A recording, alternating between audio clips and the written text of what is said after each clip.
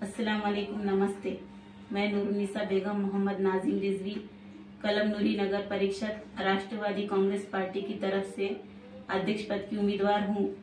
मैं चुनकर आने के बाद कलमनुरी की जो भी समस्या है उसे दूर करूंगी।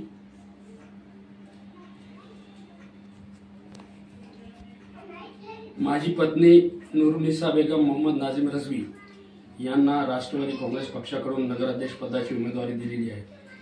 सर्वप्रथम मी माझे पक्षाचे राष्ट्रीय अध्यक्ष आमचे नेते माननीय अजितदादा पवार साहेब यांचा व जिल्ह्याचे पालकमंत्री नरहरी झिरवाळ साहेब, वसमतचे लोकप्रिय आमदार राजूभाई नवघरे साहेब, जिल्हा अध्यक्ष बीडी बांगर साहेब यांचा आभार मानतो की त्यांनी माझ्यासारख्या सर्वसामान्य माणसाला नगराध्यक्ष पदाचे तिकीट दिले। आमचे नेते माननीय अजितदादा पवार साहेब हे शाहू फुले आंबेडकर विचारधारा घेऊन महाराष्ट्रामध्ये काम करत आहे, सर्व समाजाला न्याय देण्याचं काम करत आहे। त्याचप्रमाणे त्यांनी एक अल्पसंख्याक समाजातील उच्च शिक्षित महिलेला म्हणजे माझ्या पत्नीला त्यांनी उमेदवारी दिलेली आहे। आमचा अजेंडा एकच आहे कळमनुरी शहराचा। कळमनुरी शहरामध्ये यापूर्वी 5 वर्षापूर्वी कोणाची सत्ता होती हे सर्व जनतेला माहिती आहे। काय वाटोडा झालेला आहे कळमनुरी शहराचा, काय काय समस्या आहे कळमनुरी शहरामध्ये।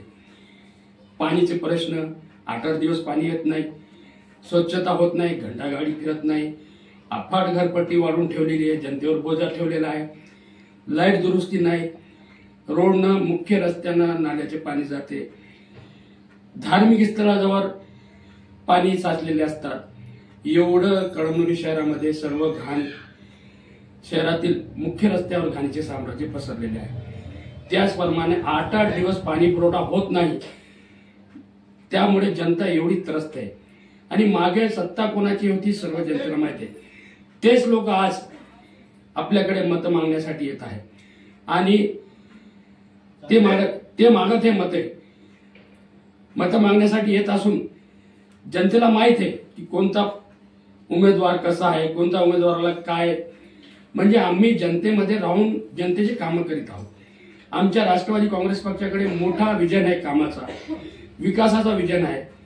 आम्ही जर नगराध्यक्ष पदासाठी जनतेने आम्हाला निवडून दिलं तर सर्वप्रथम आम्ही दररोज पाणी पुरवठा करणार, दररोज स्वच्छता करणार व प्रत्येक वार्डात आम्ही घंटागाडी, प्रत्येक वार्डात स्वच्छतेची टीम आणि त्याच्यावर एक नियंत्रण अधिकारी आम्ही ठेवणार। कारण की आम्हाला जनतेचे समस्या सोडायचे, शहर स्वच्छ ठेवायचं, लोकांचं आरोग्य चांगलं ठेवायचं। त्याचप्रमाणे मागच्या काळात ज्या लोकांनी घरपट्टी, नळपट्टी जेवढी वाढ केलेली आहे, जनतेवर बोजा लादलेला आहे, ते कमी करण्यासाठी आम्ही आमचे नेते, राज्याचे लोकप्रिय उपमुख्यमंत्री माननीय नामदार अजितदादा पवार साहेब यांच्याकडे मागणी करून ते घरपट्टी, नळपट्टी कसं कमी होईल त्याचा आम्ही त्यासाठी प्रयत्न करू। त्याचप्रमाणे नवीन 2 पाण्याची टाकी व नवीन पाईपलाईन हे एक आम्ही आणून शहरामध्ये स्वच्छ पाणी, चांगला पाणी, दररोज पाणी, जनतेचे आरोग्य चांगले राहावे व पाणी दररोज मिळावा व जनतेचे प्रश्न सोडवण्यासाठी दर सोमवारी आम्ही नगरपालिकेमध्ये, नगरपालिकेच्या अध्यक्षाच्या कॅबिनमध्ये जनता दरबार घेऊन जनतेचे प्रश्न सोडवणार।